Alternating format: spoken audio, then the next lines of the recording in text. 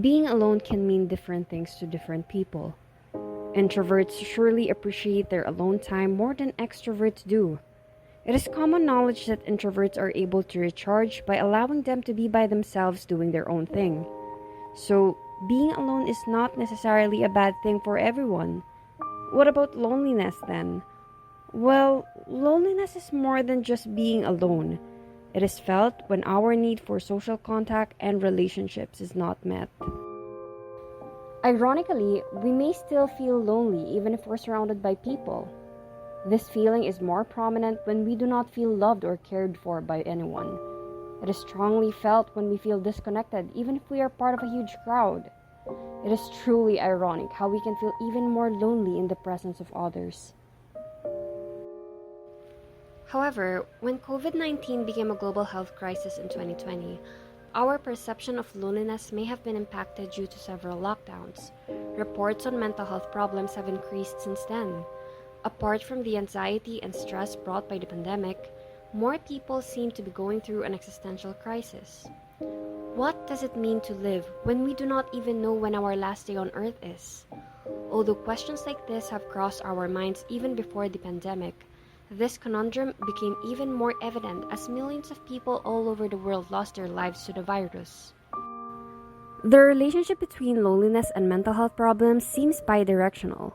Loneliness may lead to mental health problems, and people with certain mental health problems may become more susceptible to feelings of loneliness. Fundamentally, we feel lonely when we are alienated by or disconnected from others. In that sense, it is not surprising how loneliness is associated with a plethora of issues, considering how intricately dependent we are on each other as social creatures. What then does it mean to be lonely in the present times? It can mean a lot of things to a lot of people.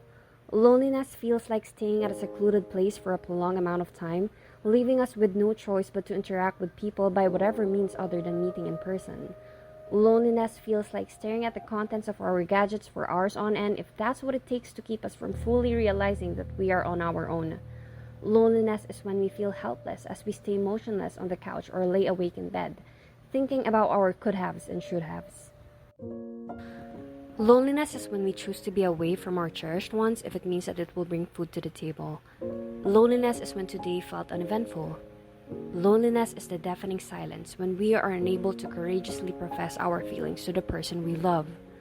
Loneliness is when we are in a cold and dark, empty space that is our mind.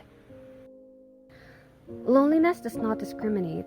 It does not choose its host based on race, gender, socioeconomic status, religion, and so forth. Anyone can experience it, whoever and wherever they may be. A person can be with their closest friends but still feel lonely. A person can be one of the most social people out there, befriending almost anyone they see, and yet still feel like they are the only person in the world. Indeed, loneliness renders us vulnerable. We become easily engulfed by the darkness and feel entrapped by our misery. When we feel lonely now, it makes us wonder what it truly means to exist. When loneliness creeps into our lives, we feel shackled by it. When loneliness causes us to be detached from our world, we become voiceless and afraid. When loneliness prevails, we lose our light, our humanity.